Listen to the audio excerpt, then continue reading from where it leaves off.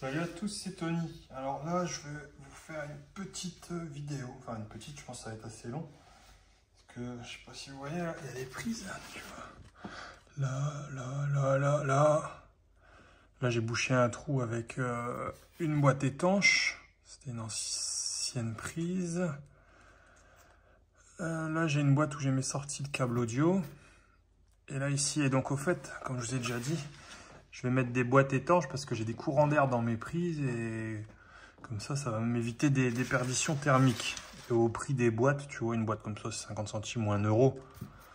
Même si tu en as 100 dans ta maison, ça te coûte que 100 euros. Donc tu vois, c'est vraiment pas cher et c'est un bon moyen de limiter les trucs. Donc là, tu vois, j'ai 3 doubles prises. C'est derrière ma télé. À l'époque, on mettait encore une prise antenne. Donc tu vois, j'ai une prise antenne, un râteau comme on dit ici. Nous, dans le Nord, ça sert surtout pour capter la télé belge. Donc comme ça, tu peux regarder, si tu veux, si tu es un fan de foot, tu peux regarder les matchs de foot gratuitement, sans avoir canal et sans piratage. J'ai deux RJ45.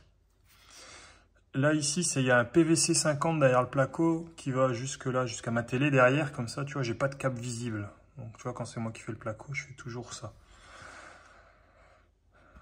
Surtout quand c'est pour moi. Et donc là, il y a une BDD avec des sorties de gaines. Donc tu vois, à l'époque, moi j'avais mis de la mousse pour limiter les déperditions, mais même comme ça, il y a des courants d'air dans les gaines et c'est chiant.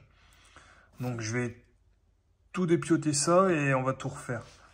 Alors pour ça, je vais te montrer les outils que je vais avoir besoin. En gros,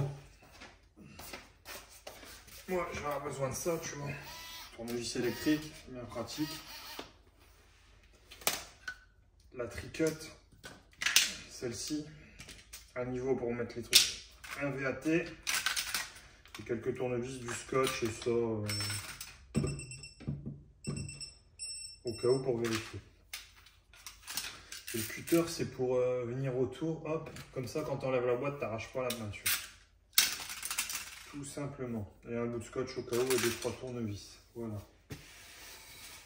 Là ce que je peux faire tout de suite, c'est dévisser ça.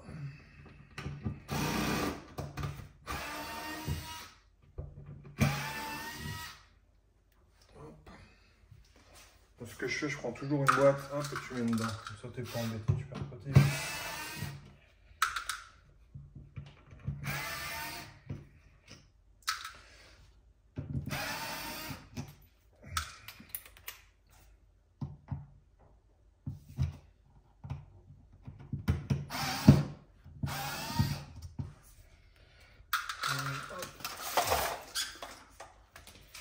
Voilà, après tu prends un petit tournevis plat, sur le côté il y a toujours une encoche, surtout sur la nature, et tu vois là c'est bien sale, c'est parce qu'il y a du courant d'air, et là je le sens. Je vais te chercher une...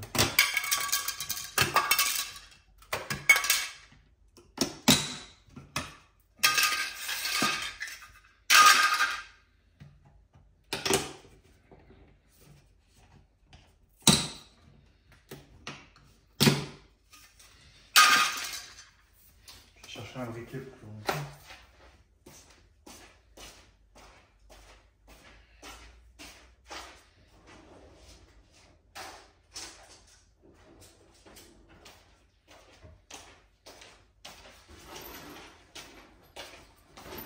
J'utilise aussi mon seau soupe, celui-là, je sais pas si tu as déjà vu. Comme ça, en fait, ça me fait une poubelle, je mets les anciennes boîtes dedans. Donc, regarde.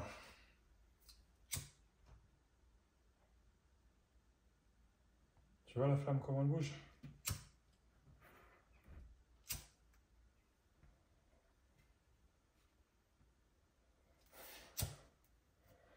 Courant d'air de fou.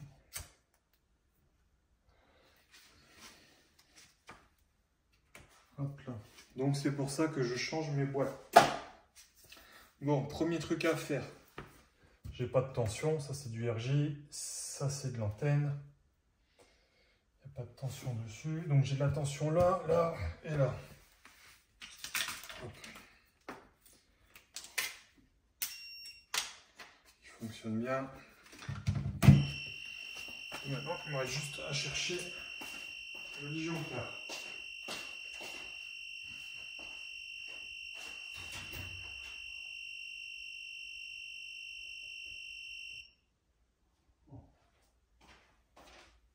Logiquement, c'est celui-ci.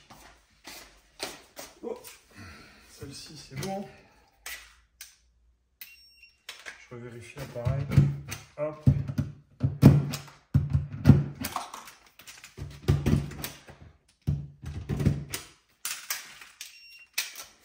Ok, nickel.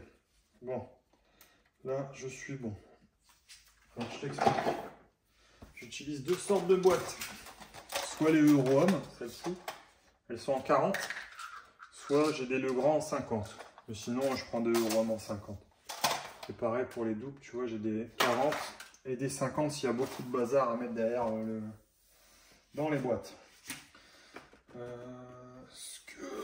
On va commencer ici. C'est là plus ou moins la plus accessible. Allez, là.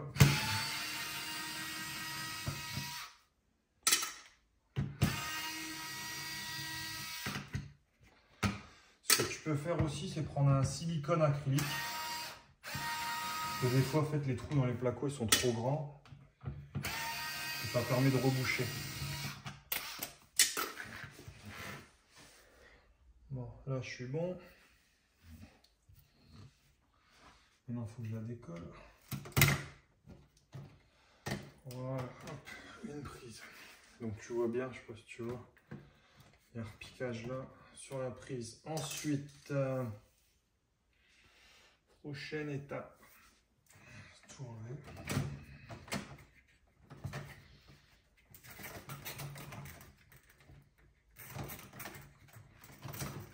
Je décable tout.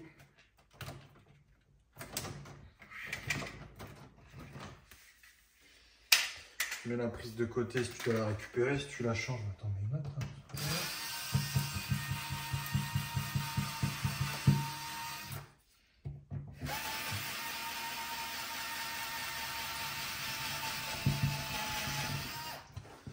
Voilà.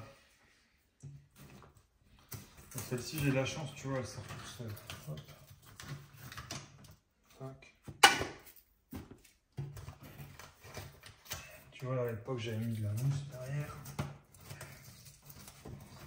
Les mêmes comme ça.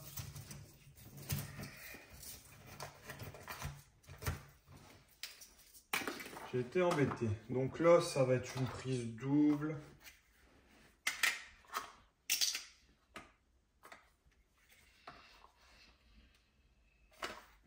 Je pense que je vais pouvoir mettre une 40 ici. Donc là, tu vois, vu que c'est une double comme ça, là, il y a les deux tétons qui font chier. Donc soit tu les casses comme moi, et là, du coup, regarde, tu fais une bêtise. Ça, c'est ce qu'il ne faut pas faire. Donc ce qu'il faut faire, c'est prendre une tenaille. Je vais en chercher une.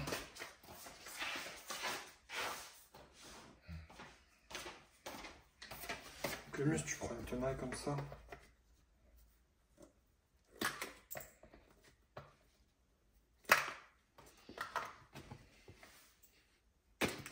Et tu coupes. Et là, tu vois, t'es plus embêté. T'as pas cassé, la boîte elle est restée étanche. Voilà, hop.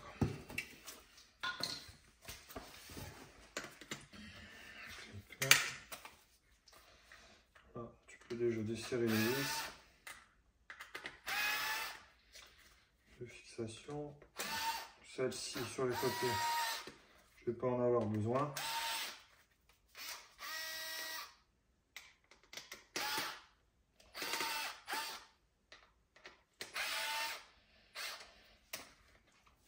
Et tu vois, quand je vais mettre, je vais avoir besoin de 1, 2, 3, 4. J'ai pas de vis là sur les côtés pour cette prise. Donc là, j'ai rentré les deux.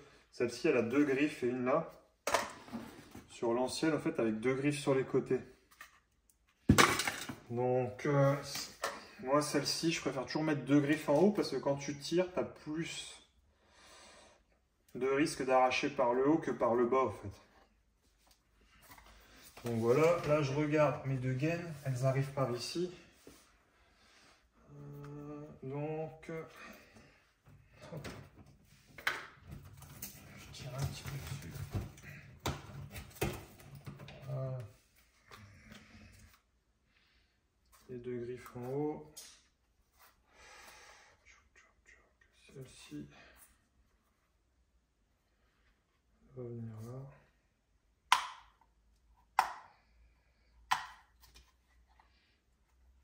Et l'autre ici. Voilà.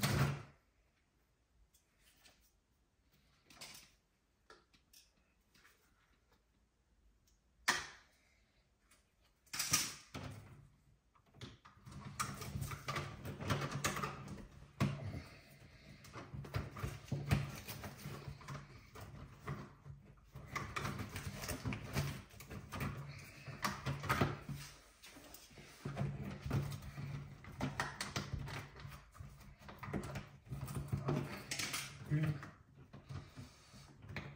suivante ici. C'est toujours chiant de reprendre des boîtes.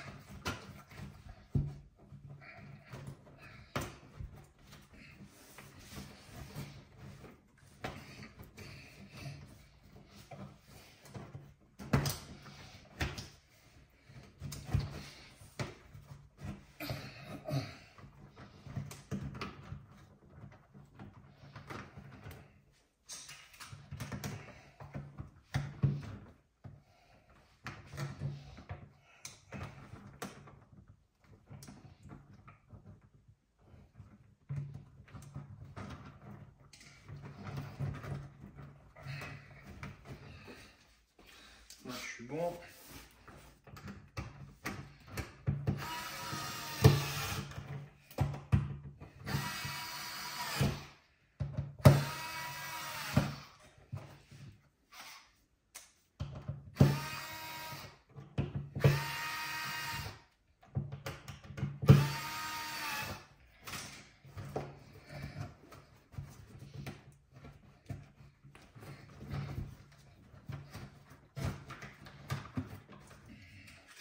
Là, j'ai en fait l'ancienne, elle faisait un hop, ça remontait, ça descend. Donc là, en fait, il faut que je rate un peu le plateau.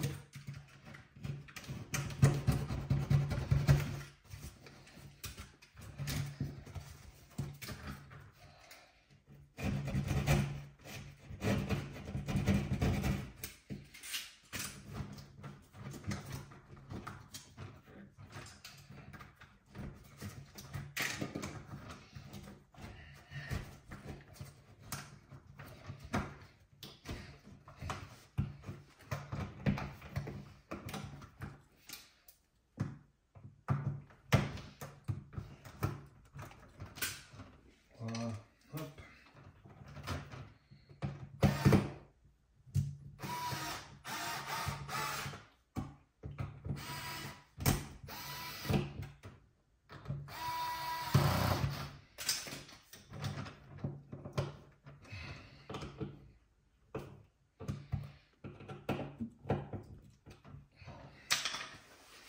Regardez, où est-ce que je fous le briquet?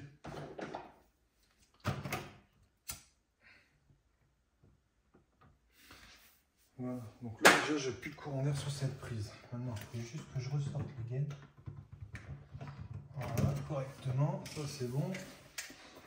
Je raccorde ça comme c'était. Alors quand tu re-raccordes, il y a deux solutions. Soit tu coupes tout et tu redénudes tout, soit il faut tout bien dresser. Donc là, moi je vais récupérer les cuirs, ils ne sont pas abîmés. Je les redresse. De toute façon, tu le vois quand tu les redresses, si tu sens que c'est un peu faible, c'est qu'il va casser.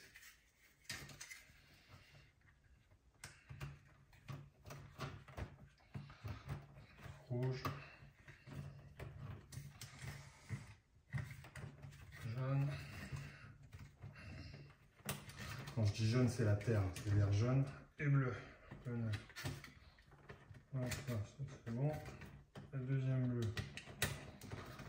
Ensuite, ce que tu fais, tu tires dessus, voir si c'est bon. Et là, bah, tu vois, je vais tout mettre ça comme ça.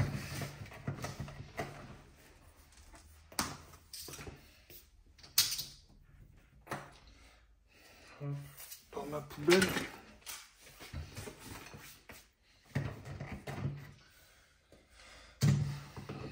Et maintenant, il faut tout remettre dans la boîte.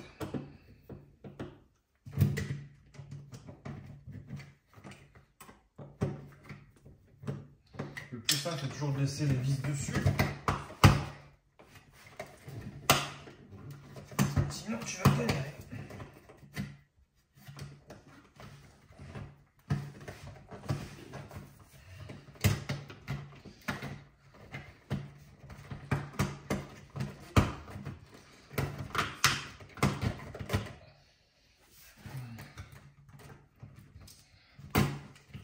Même comme ça, je vais galérer. Bon. Je fais ça. Là, moi, c'est moitié bloqué. Clac.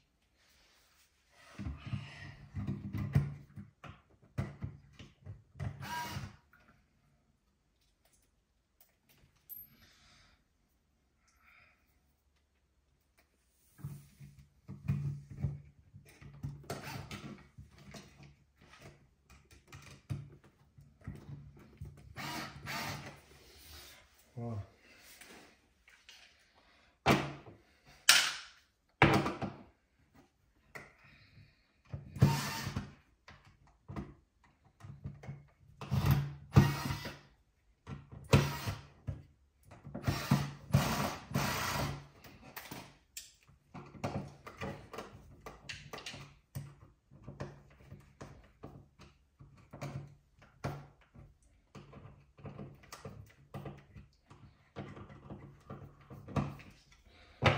Vérifie. Tu vois là je suis bon. Hop. Ça c'est bon. Je peux serrer définitivement. Clic clac. Clac. Ça fait une chiffonnette.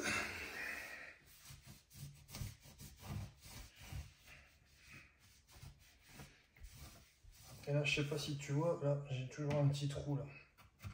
Donc là, ce qu'il faut que je fasse, c'est que je mette de l'acrylique. Donc je vais chercher un tube d'acrylique, je vais mettre de l'acrylique là pour reboucher là, parce que sinon bah, il ne sera pas étanche. Il y aura là aussi.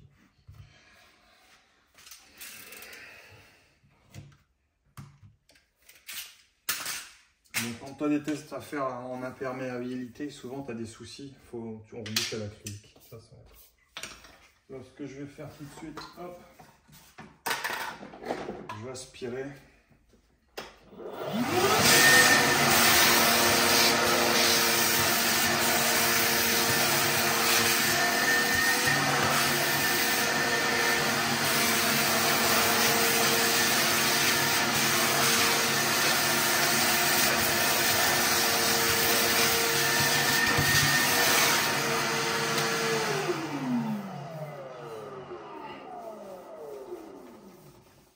Et voilà. Et donc là, tu vois, du coup, tu as vu comment on fait une prise. Donc là, il va me rester celle là-bas, celle-là, celle-là, celle-là, celle-là. Là, je vais chercher de l'acrylique. Et comme ça, je ferai un acrylique à la fin. Et tout à l'heure, je remettrai tous les caches-prises ensemble. Voilà. Bon. Allez, je vous laisse. Si vous avez des questions, vous n'hésitez pas.